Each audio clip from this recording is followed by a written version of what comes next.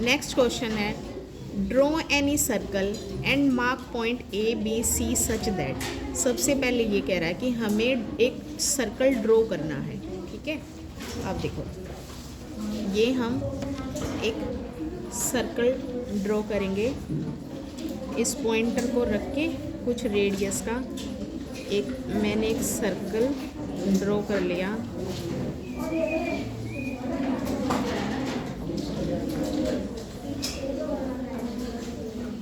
ये कंपास थोड़ा सा हिल रहा है इस वजह से, ठीक है।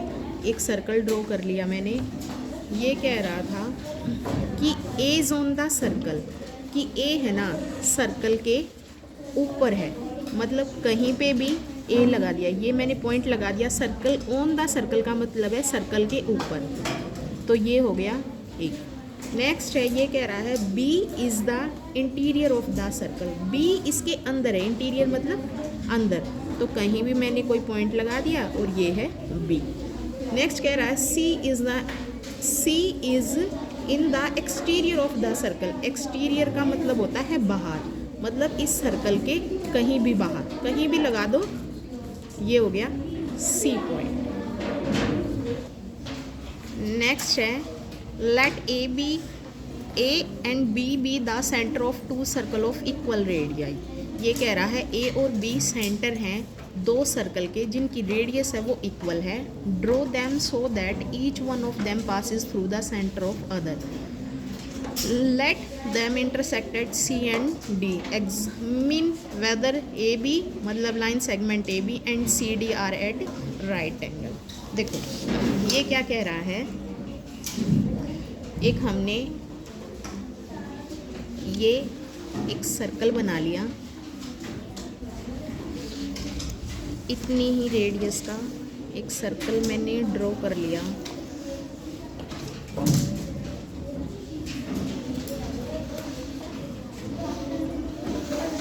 ये सर्कल ड्रॉ कर लिया। अब ये कह रहा है दूसरा भी एक और हमें सर्कल ड्रॉ करना है इतनी ही रेडियस का, जो इसको सी और डी पॉइंट पे कट करे। ये मैंने मान लिया कि ये जो सेंटर है ये ए है और इतनी ही रेडियस का, मतलब मैं यहाँ से